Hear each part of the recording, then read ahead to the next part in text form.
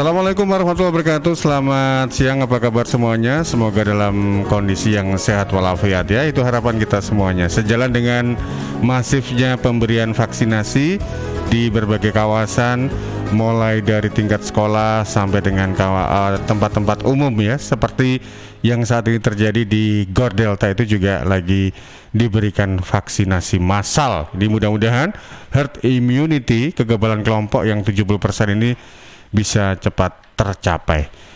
Dan untuk program ngaji hukum untuk edisi hari ini, hari Sabtu tanggal 11 September 2021, kita nggak ngobrol vaksin ya.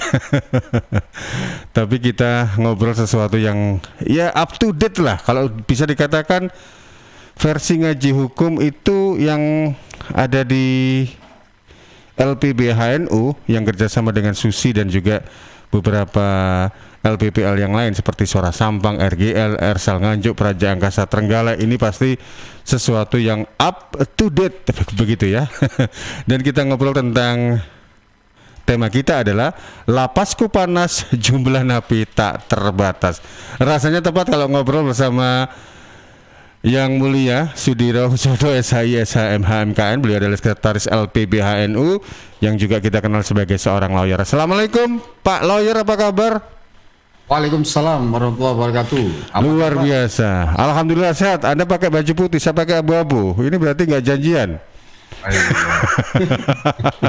Tapi aja maco sekali, Mas. Iya betul. Ini saya lihat di jalan-jalan itu sudah mulai ada pergerakan ekonomi, sudah mulai jalan kayaknya ya, macet gitu ya. Tapi mudah-mudahan masyarakat tetap patuh prokes ya, karena kita masih di pandemi COVID-19. Dan di sisi lain, kalau pertama kali saya baca di media, antara kaget dan nggak kaget. Karena apa? Lapas kan kita tahu overload. Beberapa waktu lalu juga informasinya lapas yang ada di kawasan Tangerang terbakar dan 41 warga binaan tewas, dan kabarnya ada tambahan 3 orang yang meninggal. Jadi kalau nggak salah itu jumlahnya 44. Kita tahu kondisi lapas di negara kita, menurut informasi, dan ini yang diamini juga oleh petinggi pejabat pusat itu kayak Menkumham, Menko Polhukam, sebenarnya overload. Betul, Mas. Betul. Dan saya tanya ke Kang Diro. Kang Diro ini kan saya tahu juga lawyer yang ya macam-macam ya, kliennya bisa soal pidana, perdata dan sebagainya. Kalau Anda mencermati kondisi lapas sekarang itu, apakah memang sepadat itukah atau bagaimana? Ya, jadi kalau melihat ya perkembangan jumlah penduduk Indonesia sekarang ini, dulu pada era zaman Belanda, era Pak Karno, era Pak Harto, itu kan masih 100 jutaan ya Mas ya. Sekarang ini kan sudah berapa? 280 juta gitu ya. Kemudian berikutnya perangkat undang-undang telah banyak dibuat. Artinya bahwa ketika banyak undang-undang dibuat, maka banyak juga pelanggaran yang dilakukan oleh masyarakat. Karena hakikat daripada undang-undang itu adalah kontrol negara kepada masyarakat gitu. Jadi seperti itu. Sementara ya kan jumlah lapas seluruh Indonesia itu tidak bertambah, malah tetap saja. Salah satu contoh misalnya di Medaeng. Medaeng itu adalah lapas anak, Mas. Jadi bukan untuk dewasa sebenarnya. Sebenarnya awalnya untuk lapas anak gitu ya. Rutan anak. Rutan anak. Betul, dan itu kapasitasnya cuma 400 orang saja, tetapi kalau sekarang kita lihat bisa sampai 3.500 orang gitu. Wow. Bayangkan penuh sesaknya gitu kan ya. Jadi jumlahnya sampai 3.000, dan kalau dalam satu sel itu bisa sampai berapa puluh orang gitu ya. Nah, dari tahun ke tahun pemerintah itu menurut saya kurang perhatian melihat jumlah lapas. Mestinya harus dibangun besar-besaran, harus banyak dibangun lah, setidaknya itu berimbang begitu ya kan. Jadi tidak hanya sebatas masalah pertumbuhan ekonomi dan lain sebagainya, sementara pemenuhan hak-hak warga negara diabaikan dalam konteks yaitu warga binaan gitu. Nah ini tanggung jawab negara, itu harus segera merespon. Ya lagu lama lah kalau soal overkapasitas. Kalau ditanya selalu bilang overkapasitas. Ada kejadian kebakaran Tanjung Gusta over kapasitas, ada kejadian ini over kapasitas, itu tok melulu loh. Jadi Ada kerusuhan dalam lapas itu juga apa itu istilahnya arahnya reasonnya selalu over kapasitas overload gitu ya. dulu ketika kami melakukan pembinaan ya di Lapas Rutan untuk wilayah Jawa Timur, bahkan sempat ke Cipinang juga gitu ya. Tahun 2004 itu sudah over kapasitasnya itu lebih dari 250% gitu ya. Jadi apalagi sekarang tiap tahun undang-undang banyak dibuat sehingga banyak orang masuk bui. Yang paling utama itu adalah lagi-lagi soal apa namanya pidana untuk kasus penyalahguna narkoba itu loh Mas. Iya, iya. Informasinya begini Kang Dilo, karena yang kami dapatkan adalah di antara penghuni lapas itu di seluruh Indonesia 50% itu adalah mereka yang terjerat kasus narkoba. Betul, itu kasus narkobanya, belum pencuri yang menjadi pecandu narkoba, gitu kan. Betul. Berarti sudah kompleks ini. Ibaratnya penyakit itu penyakit kompleks ini. Ya, dan juga ditambah dengan jumlah sipir ya yang jumlahnya sangat terbatas. Kita bisa bayangkan dengan jumlah kapasitas 3.500 orang untuk kasus Medaeng gitu ya. Jumlah sipirnya berapa? Satu regu paling isinya 6-7 orang. Apakah mampu 6-7 orang itu bisa mengontrol ya kan warga binaan di dalam itu sangat kesulitan gitu loh. Karena itu negara harus segera respon gitu loh ya. Pemerintah Jokowi harus segera respon terhadap persoalan lapas ini. Mereka itu adalah manusia gitu kan ya. Betul. Ya kan? Mereka bukan sampah ya kan. Mereka harus dibina. Tujuan pemasyarakatannya itu adalah untuk membina supaya mereka bisa kembali ke masyarakat dalam keadaan baik kok. Makanya menghilangkan konsep narapidana. Mereka lebih mengatakan kepada warga binaan, loh bagaimana bisa membina kalau keadaannya seperti itu loh Mas. Iya, iya. Kalau dan juga ada saya juga baca berita bahwasanya ada yang disampaikan oleh Menko Polhukam. Ini ada wacana nanti untuk soal mereka yang terjerat kasus narkoba di luar bandar ya, pecandu, pengguna, ini tidak perlu dimasukkan ke sel sebenarnya, lebih banyak direhabilitasi. Dan ini kan bisa dikatakan mengurangi jumlah penghuni lapas itu sendiri. Kalau Anda melihat ini solusi ini tepat nggak? Ya, kalau saya sih tepat sekali itu ya. Tetapi kan saya kan sebagai pelaku dalam konteks sebagai lawyer narkotika sebelum lahirnya Undang-Undang 35 tahun 2009 ini gitu kan ya. Slogan itu sudah sering disampaikan, bahkan ditindaklanjuti dengan beberapa peraturan. Di dalam undang-undang pun misalnya di dalam pasal 127 ayat 1 huruf A ya, setiap penyalahguna ya kan, itu juga ada ketentuan ya, jadi penyalahguna diancam pidana paling lama 4 tahun. Kemudian 127 ayat 2 ya, itu menyatakan hakim di dalam memeriksa perkara sebagaimana dimaksud dalam pasal 117 ayat 1 wajib memperhatikan pasal 55, 54, 103. Lah 54 itu apa isinya? Setiap penyalahguna dan pecandu narkotika wajib menjalani rehabilitasi. Tapi konteksnya di sini adalah pecandunya yang diwajibkan. Dalam bahasa hukum ketika wajib itu dilanggar maka dia pidana. Jadi pecandu itu sudah dikriminalisasi gitu. Jadi oleh karena itu pasal ini harus dirubah, dianulir menjadi setiap penyalahguna berhak begitu bunyinya. Atau negara berkewajiban melakukan rehabilitasi kepada penyalahguna narkotika, itu konteksnya gitu. Nah kemudian salah satu kewenangan hakim yang tidak pernah digunakan dalam masalah penetapan pecandu narkotika itu adalah di pasal 103 ayat 1 huruf B. Apa isinya? Hakim dapat menetapkan pecandu narkotika ke lembaga rehabilitasi. Lah penetapan ini tidak pernah dilaksanakan sama sekali. Biarpun ada undang-undang yang mengamanatkan seperti itu, tapi hakim tidak pernah menggunakan kewenangannya itu, gitu ya. Jadi itu repotnya Mas. Nah sekarang mau menggunakan perangkat apa lagi? Ya kan karena di dalam pasal penyalahguna itu setidaknya kalau kita mau menganalisa gitu ya, pengguna narkoba itu bisa dijerat dengan 14 pasal sekaligus kalau mengacu kepada Undang-Undang 35 tahun 2009 ya. Tersebar mulai dari pasal 111 sampai 127 itu isinya adalah menjerat penyalahguna narkoba semuanya. Karena apa? Di situ unsurnya jelas menyimpan, memiliki, menguasai, menerima, menyalurkan ya. Jadi apa namanya seperti itu Mas, membawa gitu ya.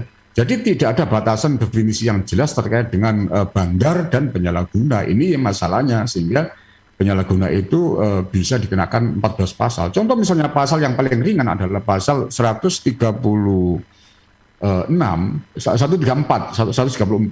Setiap penyalahguna ya yang yang tidak melaporkan diri maka diancam pidana paling lama 6 bulan. Lah ini pasal ini tidak pernah digunakan gitu kan ya. Jadi itu kompleks sekali Mas. Jadi kalau ingin merubah kebijakan itu maka undang-undangnya dulu harus dirubah. Gitu kan ya. Karena hakim, jaksa, polisi bekerja berdasarkan undang-undang. Jadi kalau undang-undangnya masih begitu ya tetap saja gitu loh Mas. Iya, Mau iya. dilapisi tema setebal apa ya macam-macam tidak bisa.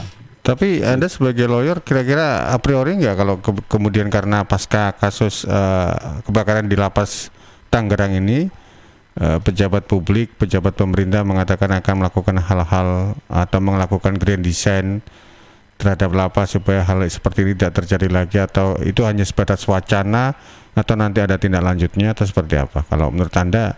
Itu dalam konteks apa, hunian atau pecandunya Mas? Dalam konteks hunian, grand design untuk lapas sehingga lapas itu tidak overload dan sebagainya. Memang Menko Polhukam pernah menyampaikan akan membangun lapas-lapas baru. Tapi menurut Anda apakah ini nanti sekedar ya wacana nanti hilang di kemudian hari atau nanti ada follow up-nya gitu? Ya, dari dulu kan seperti itu gitu kan ya. Jadi mestinya harus aturan rasio ya. Jadi dengan jumlah undang-undang yang banyak, jumlah penduduk yang banyak ya kan, artinya banyak masyarakat yang dijerat dengan pidana gitu kan ya. Ya kan. Jadi oleh karena itu, apalagi ditambah dengan lagi sekarang adalah undang-undang ITE. Untung saja kemarin dianulir oleh Kapolri terkait dengan apa namanya itu SE Kapolri itu, yaitu tentang pendekatan restoratif justice itu ya. Jadi menurut saya begini, hakim harus berani membuat terobosan ya terkait dengan pemidanaan, yaitu pendekatannya adalah restoratif gitu loh Mas. Jadi artinya yang terbaik untuk hukum ya untuk masyarakat gitu. Jadi kalau contohnya misalnya pecandu narkotika maka dikenakanlah misalnya rehabilitasi atau ditambah dengan pidana-pidana sosial ya, misalnya nyaponi masjid ya kan, kemudian jalan ya, kerja-kerja sosial lah itu harus mulai diterapkan lagi gitu kan ya.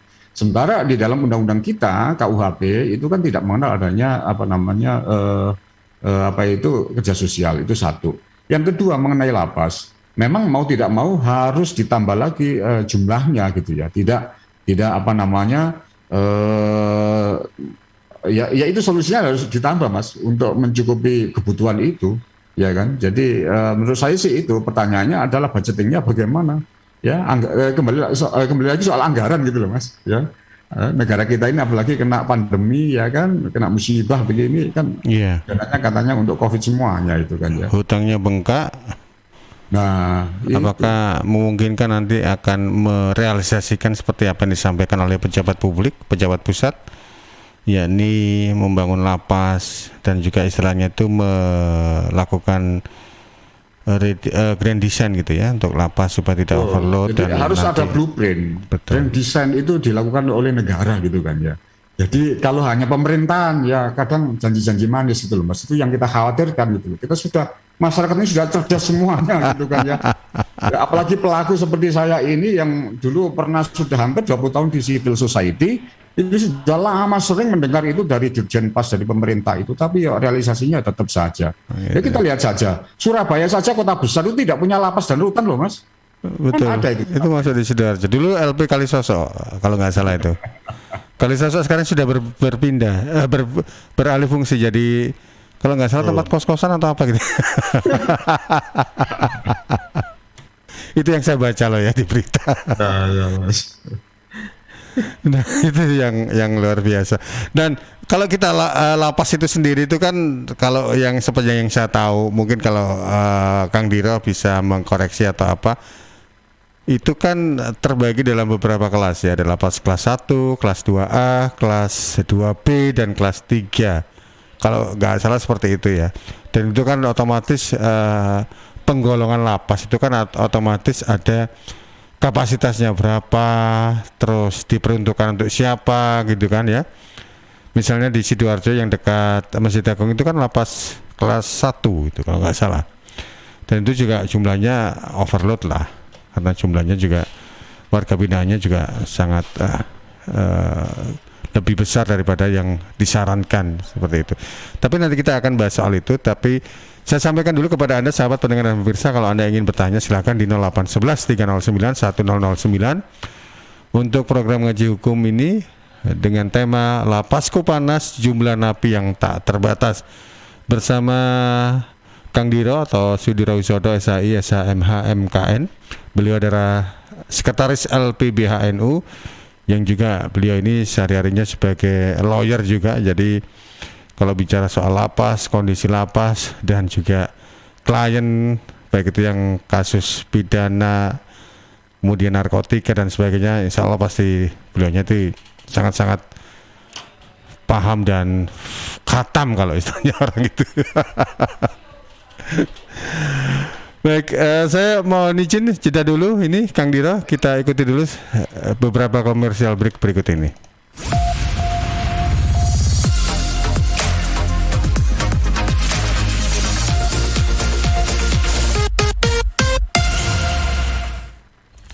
Rokok opo ki lho, kok putihan? Ya rokok kok, ya murah, ya akeh. Rokok ilegal ki. Masa rokok ilegal iki? Yo ki. Lah awakmu kok roh nek iki rokok ilegal? Rokok ilegal iki gak nek pita cukene. Amen paling roe bandrol kuwi lho. Rokoke kudu enek merek karo nama perusahaane sing terdaftar ndek bea cukai. Lokasi pembuatane ndek kene yo gak enek. Terus ndek kene rokok ilegal iki gak enek gambar karo peringatane teko pemerintah. Berarti rokok ilegal gak resmi no? Aduh yo mesti to lemul. Rokok ilegal iki merugikan negara. Mergo ora bayar cukai sing digembangun negara. Walah tutu, sepenting wong-wong gak roh. Loh, gak iso lagi. Makane to le, tuku sing pasti-pasti ae. Aja ngawur. Laporkan peredaran rokok ilegal ke kantor bea cukai terdekat atau hubungi nomor 1.500 225 1.500 225. Iklan layanan masyarakat ini dipersembahkan Bea Cukai Sidoarjo. Ayo, ngewangi bea cukai, berantas rokok ilegal. Bea Cukai Sidoarjo, fokus mengawasi, tulus melayani. Sudah hampir setahun ini pandemi COVID-19 menguras habis energi dan mimpi kita semua. Kabar ditemukannya vaksin COVID-19 merupakan game changer yang menumbuhkan sejuta harapan 250 juta penduduk Indonesia. Melalui uang pajak yang kita bayarkan, pemerintah berupaya untuk menyediakan vaksin gratis agar masyarakat bisa berkegiatan lagi secara normal. Pajak kita untuk vaksinasi kita. Victory! Yeay, turret musuh hancur. Menang lagi. 1 match lagi lah. Haha. Le, kamu tuh tahun depan masuk SMA. Masa main terus? Kapan belajarnya? Iya, Mak, sebentar lagi. Mumpung stay at home nih. Loh, justru kalau stay at home harus tetap rajin belajar dong. Bosen mah belajar gitu-gitu aja. Kalau mau lihat buku lain atau coba-coba latihan soal, harus beli lagi. Nih, coba ya, mana-mana smartphone kamu. Buka Indium Study di browser. Dengan 10.000 aja, kamu dapat mengakses buku pelajaran, tryout, dan video tutorial menggunakan laptop maupun smartphone. Lengkap dari tingkat SD, SMP, sampai SMA. Oh iya bener mah. Kayak harga bakso aja ya. Pas buat aku untuk persiapan masuk SMA tahun depan. Perlu banyakin latihan soal nih. Nah, pinter. Belajar yang rajin ya. Wujudkan bersama IndiHome. CHEERS Cheers. CHEERS Cheers. CHEERS Cheers. Air hidup yang terbaik. Hey. Cheers in the house. Cheers, air ber-pH tinggi. Cheers dapat membantu netralkan pH tubuh. Cheers mengandung antioksidan alami. Cheers air minum terbaik untuk keluarga. Air minum sehat keluarga. Cheers. Air minum dengan pH tinggi. Cara pesannya mudah, petugasnya ramah. Gratis ongkos kirim. Hey, cheers in the house. Untuk pemesanan via WhatsApp di nomor 087777243377. Gratis ongkos kirim. Cheers in the house. Untuk wilayah Sidoarjo dan sekitarnya bisa menghubungi Depo Candi di 0821 4225 6646 0821 4225 6646.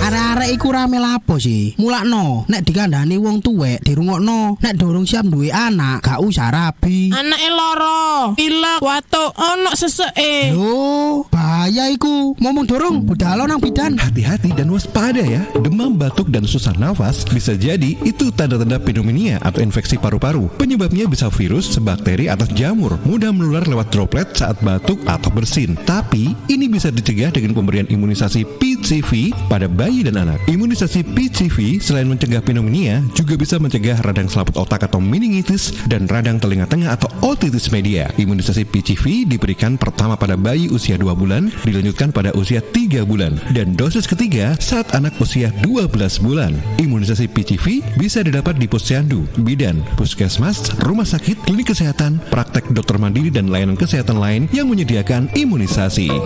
Lapo guyu-guyu dewe. Putune wis sehat, Cak. Wis diimunisasi PCV pisan. Seneng aku. Gak pengen ngeramut bayi maneh ta? Ayo tak gaweno. Iklan layanan masyarakat ini persembahan Dinas Kesehatan Kabupaten Sidoarjo.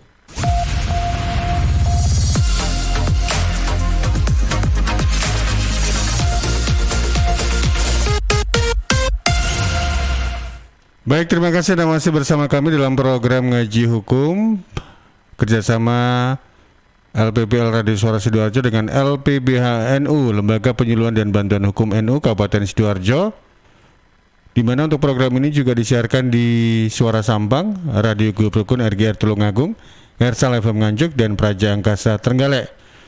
Tema kita adalah Lapas Kupanas jumlah napi tak terbatas 08 11 309 1009. Saya buka peluang bagi Anda untuk bergabung atau bertanya-tanya ya. Masih bersama dengan Sudiro Usodo, SISH MHMKN, Sekretaris LPBH-NU, yang juga kita kenal sebagai seorang lawyer juga ini. Kang Diro?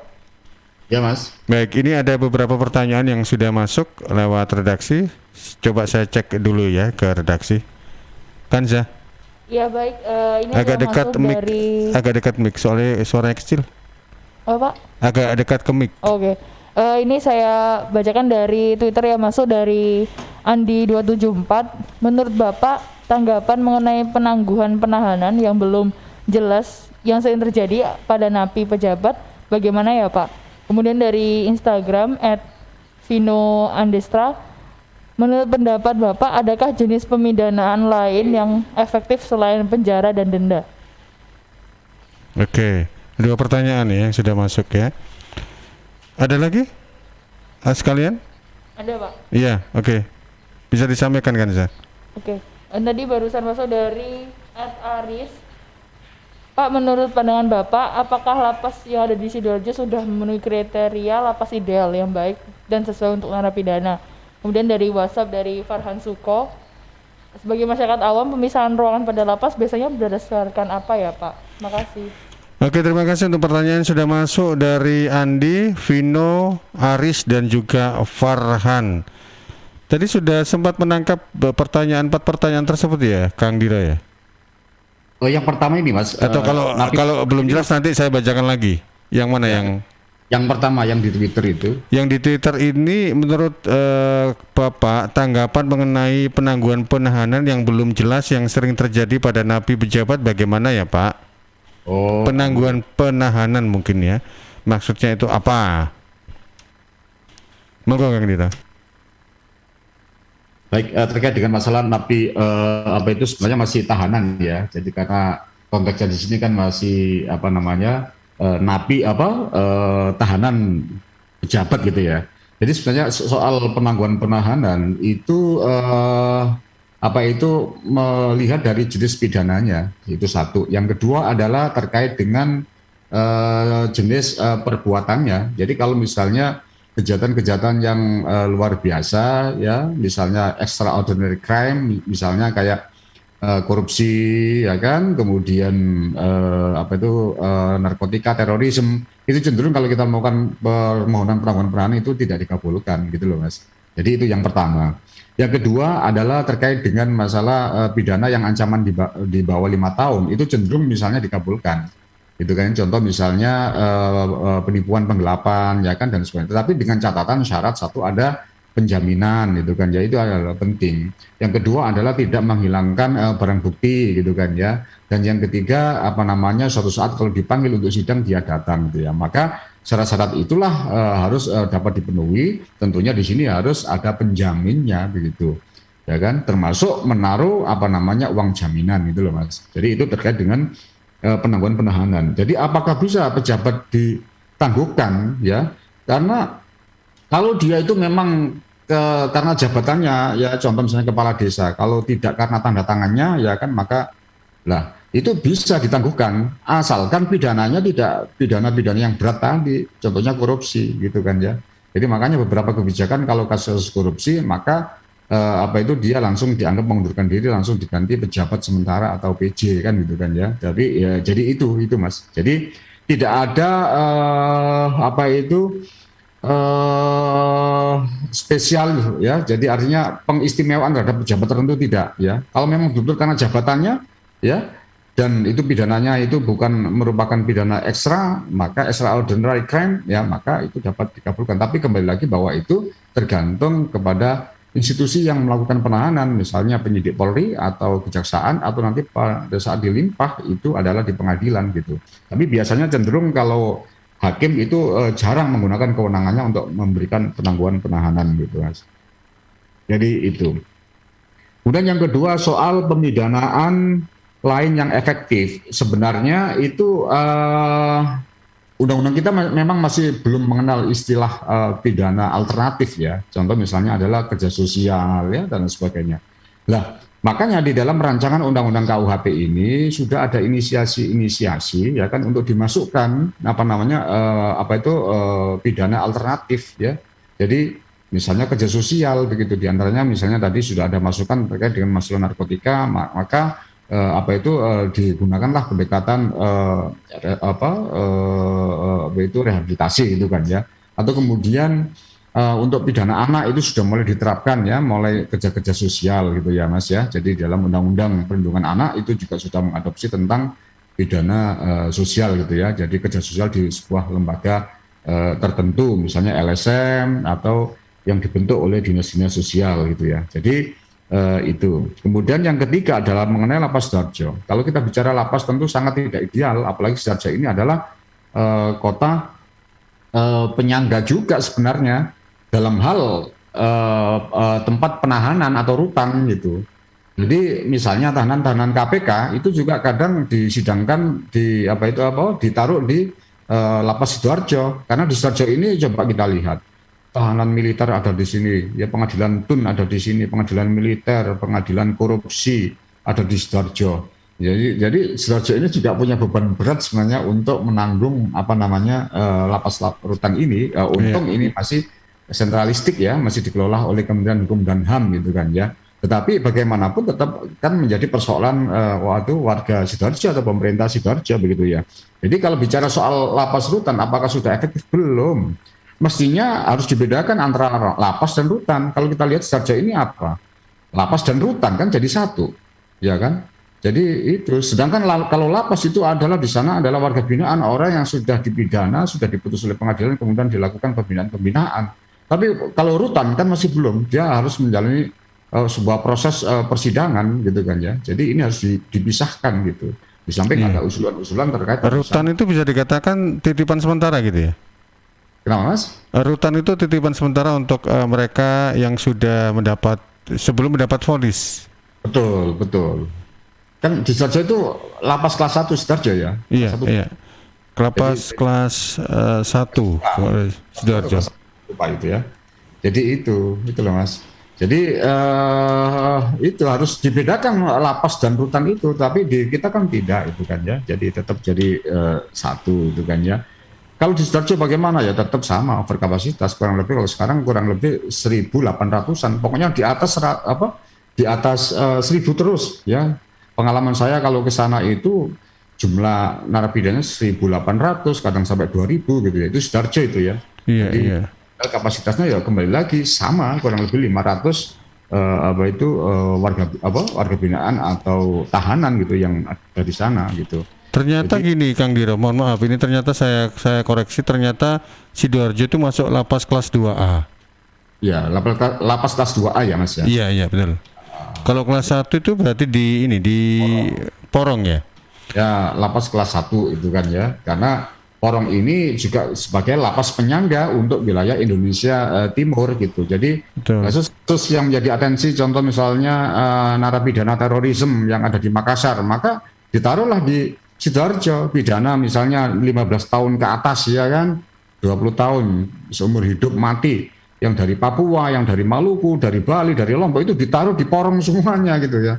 Sehingga kalau kita lihat di lapas Porong itu banyak bule-bulenya juga, negro-negro juga banyak di situ. Ya. Jadi hasil dari putusan lapas yang ada di Gerobokan Bali ya kan, di Bangli dan sebagainya. Iya, saya pernah juga lewat ke sana. Ini kalau saya perbandingkan dengan lapas kelas 2A dengan lapas kelas 1 di Porong sama di Sidoarjo Kota itu kan memang secara luas gitu, ya jelas luas yang di Porong gitu kan ya. Luas sekali kalau dibandingkan kelas 2A ini kan bisa dihitung kalau kita lewat pinggir gitu ya. Nggak seberapa luas sih sebenarnya.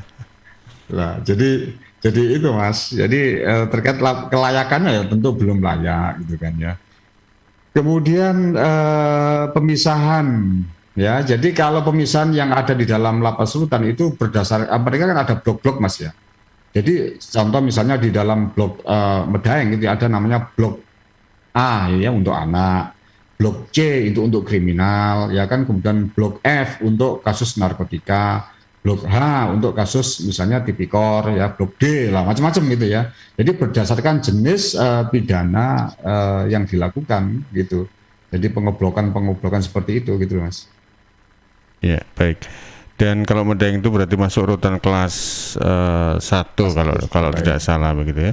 Tapi antara kejahatan misalnya istilahnya itu apa ya, kalau boleh dibilang blok-blok yang seperti yang tadi Anda sampaikan, berarti antara satu dengan tindak kejahatan yang lain itu nggak satu blok satu sel gitu ya.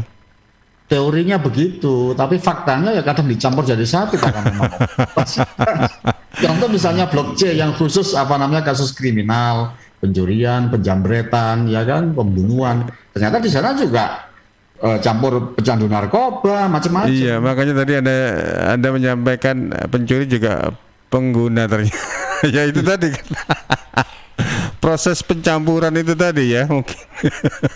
Betul Mas. Baik, kalau dari kondisi yang ada sekarang ini dan memang kita tahu overload atau kelebihan kapasitas selalu menjadi hal yang sangat-sangat mendasar. Yang ini juga kalau boleh dibilang sejak lama sebenarnya, sejak bertahun-tahun yang lalu, tapi kok memang belum ada keseriusan. Nah, dalam kondisi seperti ini supaya kita berharap tidak terulang, misalnya contoh ada kerusuhan di dalam lapas, mungkin satu di antara pemicunya kan karena faktor penuhnya orang di sana ya, kemudian kebakaran di lapas yang tidak bisa terselamatkan kurang lebih 40 lebih orang warga binaan. Antara membangun lapas baru dan juga mengamandemen undang-undang, mana sebenarnya yang harus diprioritaskan Kang Diro? Ya, langkah pertama problemnya itu kan penuh sesaknya lapas itu kan karena pecandu narkotika ya Mas ya. Ya, yang pidananya itu di atas 4 tahun gitu kan ya. Orang dengan barang bukti kadang cuma klip saja ya kan, jadi plastik kemudian dilepkan ada kandungannya itu sudah 4 tahun 5 tahun Mas. Kemudian 0,0 itu juga sama gitu kan ya. Jadi problemnya itu tadi Mas Panji juga mengatakan bahwa hunian lapas rutan itu isinya ada 50% adalah pecandu narkotika gitu, kasus-kasus narkotika gitu. Nah kemudian belum lagi kota-kota besar seperti Cipinang, Medaeng, Surabaya itu ya, di Sidoarjo itu juga hampir 80% adalah pecandu narkotika begitu. Jadi sebenarnya problem yang pertama yang jangka pendek sebenarnya kalau memang serius pemerintah untuk mengurangi hunian, ya cabut itu PP 99 tahun 2012. Peraturan pemerintah nomor 99 tahun 2012 yang memberikan batasan bagi narapidana yang ancaman yang putusannya di atas 5 tahun tidak mendapatkan remisi ya, cuti bersyarat ya, CBPB ya kan dan sebagainya. Ini harus dicabut dulu. Ya kan, remisi itu adalah hak warga binaan ya. Ya, cuti bersyarat itu adalah hak warga binaan, ini harus diberikan secara utuh ya kan? Meskipun vonisnya di atas 5 tahun. meskipun vonisnya di atas 5 tahun gitu loh ya. Jadi itu harus diberikan. Kalau itu diberikan, insya Allah separuh lapas akan keluar gitu loh Mas, ya kan. Coba kita bayangkan kasus pencurian, kadang penipuan dengan jumlah 6 miliar pidananya 6 bulan gitu kan ya. Penipuan penggelapan itu ya pidananya, karena ancaman pidananya maksimal 4 tahun Mas, ya kan. Orang kalau nipu 1 triliun ya tetap 4 tahun penggelapan, ya kan. Coba kita lihat itu, ya kan, pencanduan narkotika dengan 0,0 itu 5 tahun rata-rata semuanya itu kan, ya kan, paling bagus 4 tahun, ya kan. Ini kan harus dipikirkan. Maka dengan solusi PP 99 tahun 2012 dicabut, itu insya Allah akan mengurangi separuh dari warga binaan gitu loh Mas. Jadi menurut saya sih itu langkah cepatnya, bukan lagi berwacana lagi nanti akan kita bangun lagi begini. Enggak lah, itu harus dimasukkan dalam renstra Bappenas gitu kan ya. Jadi tahun sekian membangun lapas ini sehingga siapapun nanti presidennya nanti akan menjalankan ya kan blueprint daripada negara ini gitu. Jadi tidak hanya janji-janji manis para pejabat ketika dipilih sudah lupa, itu loh Mas. Itulah yang kita khawatirkan gitu. Karena ini adalah ngelola negara. Negara ini adalah milik rakyat, bukan milik segelintir orang, partai politik atau orang-orang tertentu gitu. Jadi harus betul-betul serius memberikan pemenuhan hak asasi manusia kepada warga negara. Yang diharapkan itu adalah pemenuhan hak asasi manusia warga negara itu ya, karena negara punya kewajiban untuk itu ya, untuk to respect, to protect, to fulfill gitu loh Mas. Jadi itu sudah melekat itu ya. Jadi sudah melekat pada negara, siapapun nanti yang memimpin itu punya kewajiban untuk menjalankan hak asasi manusia gitu loh. Jadi saya kira itu Mas. Ya, ini ada pertanyaan yang juga masuk di SMS 08113091009. Ini pertanyaannya dari Pak Jai yang ada di Porong. Pak Jai pertanyaan begini. Apakah hukuman mati itu masih diterapkan di Indonesia? Kalau iya, kenapa kok pejabat yang korupsi itu kok nggak dihukum mati saja? Oke. Terima kasih Pak Jai sudah memberikan pertanyaan sekaligus mungkin undang-undangnya gitu ya. Kemudian pertanyaan berikutnya dari Mbak Vina yang ada di Peluru. Mbak Vina ini pertanyaannya begini, setuju dengan pendapatnya Kang Diro, jadi istilahnya undang-undangnya, regulasinya perlu disegerakan untuk dilakukan amandemen, kemudian dibangun juga lapas-lapas yang baru. Oke, terima kasih untuk Mbak Vina yang ada di Peluru. Dan ini terakhir, pertanyaan terakhir dari ini Mbak Safira yang ada di Candi. Pertanyaannya dari Mbak Safira yang ada di Candi, kalau untuk anak-anak itu lapasnya kategori lapas apa ya? Apakah dicampur dengan orang dewasa? Kalau dicampur kasihan nanti anak-anak, nanti takutnya jadi misalnya ada warga binaan yang enggak baik jadi terpengaruh. Oke, terima kasih Mbak Safira. Ada 3 pertanyaan tadi ya, dari Mas Wahyu, terus ada Mbak Vina di Peluru, dan juga Mbak Safira yang di Candi. Yang di Gedangan belum belum ada yang masuk datanya. Masih tidur Mas. Masih tidur ya, lagi bobok cantik gitu ya. Oke. Monggo Kang Diro tanggapannya. Ya, baik ya, terkait dengan hukuman mati. Di Indonesia ini kan masih berlaku hukuman mati gitu kan ya. Cuman kalau untuk pejabat yang melakukan korupsi di dalam undang-undang tipikornya sendiri kan tidak mengatur soal hukuman mati. Jadi itu. Tapi di dalam Perma Peraturan Mahkamah Agung kan sudah memberikan batasan ketika korupsi di atas 200 miliar dan dilaksanakan pada saat situasi negara yang pandemi, bencana alam dan lain sebagainya, atau paceklik gitu kan ya, maka itu kan hakim dapat mempertimbangkan untuk dipidana mati ya kan. Tetapi kemarin kan kasus Jiwasraya kemarin kan sudah mulai ada, tapi bukan hukuman mati tapi hukuman 20 tahun dan seumur hidup gitu ya Mas ya. Jadi hukuman mati masih dapat diterapkan gitu kan ya. Tetapi kalau misalnya dalam undang-undang KPK sendiri itu masih belum ada undang-undang tipikor ya terkait dengan hukuman mati gitu kan ya. Iya. Ini adalah semangat daripada aparat penegak hukum untuk memberikan efek jerah kepada para koruptor gitu kan Mas. Kemudian soal regulasi memang seperti itulah terkait pertanyaan dari Mbak Vira, setuju terhadap regulasi dan pembentukan lapas baru gitu kan ya. Memang itu, tapi untuk solusi yang paling cepat sekarang ini adalah Presiden harus segera mencabut PP itu, ya, peraturan pemerintah pengganti undang-undang, atau DPR melakukan perubahan ya terkait dengan PP itu, sebab pada instrumen Kementerian Hukum dan HAM mereka tidak bisa berbuat apa-apa, ya, pemerintah tidak berbuat apa-apa ketika PP itu kan sebuah hakikatnya adalah sebuah undang-undang, ya kan, jadi peraturan pemerintah pengganti undang-undang gitu. Jadi ini harus segera direvisi gitu. Kalau itu direvisi, insya Allah akan segera sudah mengurangi beban negara, yaitu separuh dari hunian itu akan keluar gitu kan ya. Iya. Nah kembali lagi kalau yang PP itu perlu disahkan DPR atau cukup presiden saja atau menteri? Pemerintah Mas. Pemerintah. Betul. Tergantung ininya ya. Mungkin kalau menteri, kalau istilahnya lebih condong ke istilahnya hukuman dan sebagainya itu ke Menkumham. Lalu ya, ke presiden. Ya, setahu saya bahwa PP itu adalah peraturan yang disusun oleh pemerintah, kemudian dilaksanakan gitu loh Mas. Nah, kemudian dapat juga diajukan ke DPR, tetapi kadang-kadang itu dijadikan sebagai undang-undang gitu kan. Iya, iya.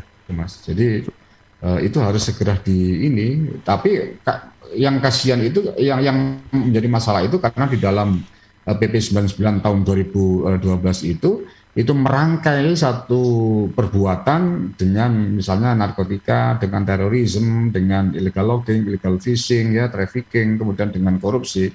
Sehingga kita ketika bicara soal PP 99 ini seakan-akan pegiat anti korupsi itu seakan-akan mau memberikan pembebasan kepada korupsi begitu. Jadi mestinya dikeluarkanlah terkait dengan masalah narkotika. Tapi kalau pidana bandar boleh, silakan gitu kan ya.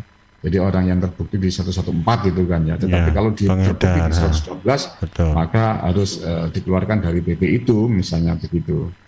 Jadi itu Mas ya. Kemudian pertanyaan terakhir tadi dari Mbak Safira di Candi.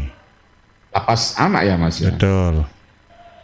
Ya, kalau lapas anak itu kan sudah ada di Blitar ya, jadi sifatnya adalah pembinaan, pemidanaannya adalah dilaksanakan pembinaan. Cuma dalam prosesnya itu kadang-kadang masih dicampur di rutan Medaeng gitu kan ya. Jadi dengan orang dewasa, pertanyaannya bagaimana dengan di seluruh Indonesia ya, di Malang, di mana itu masih dicampur aja, apalagi pada level kepolisian kan masih dicampur.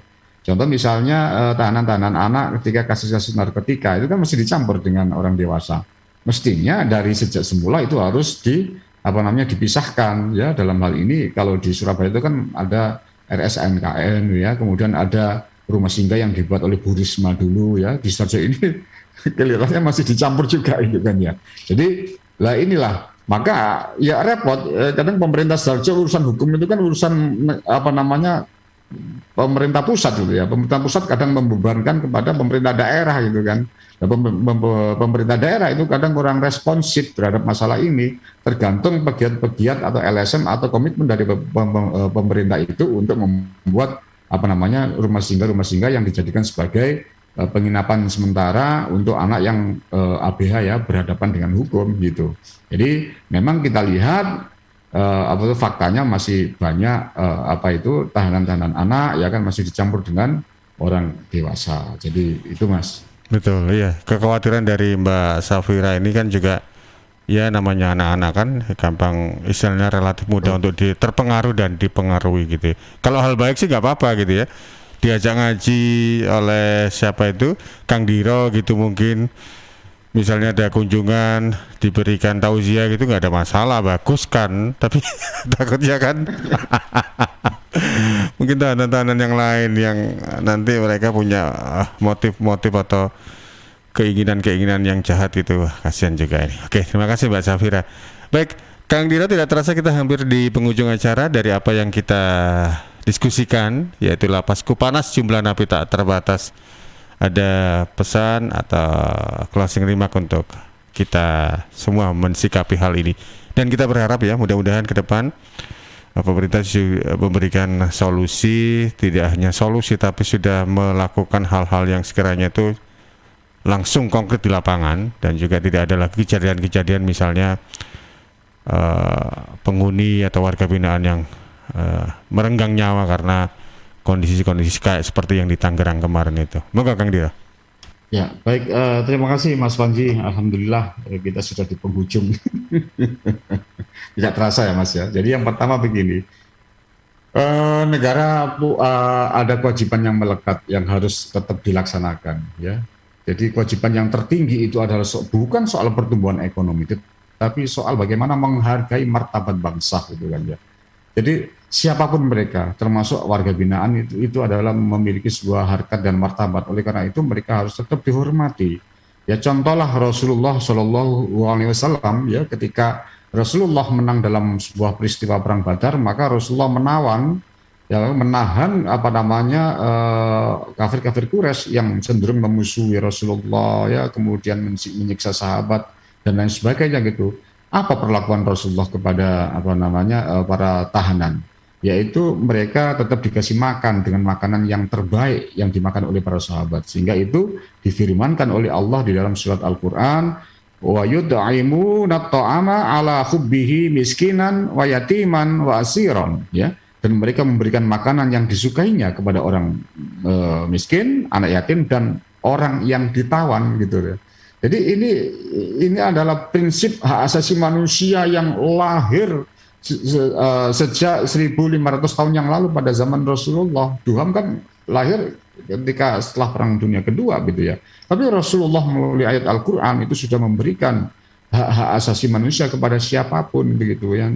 Jadi apa yang dimakan oleh sahabat ya kan itu diberikan, termasuk juga dalam hal pakaian ya. Jadi ada kafir Quraisy yang pakaiannya compang-camping jelek, lalu ada sahabat Nabi yang punya pakaian yang bagus, maka disuruh memberikan pakaian itu. Dan setiap 3 hari sekali Rasulullah selalu melihat tawanan perang gitu loh.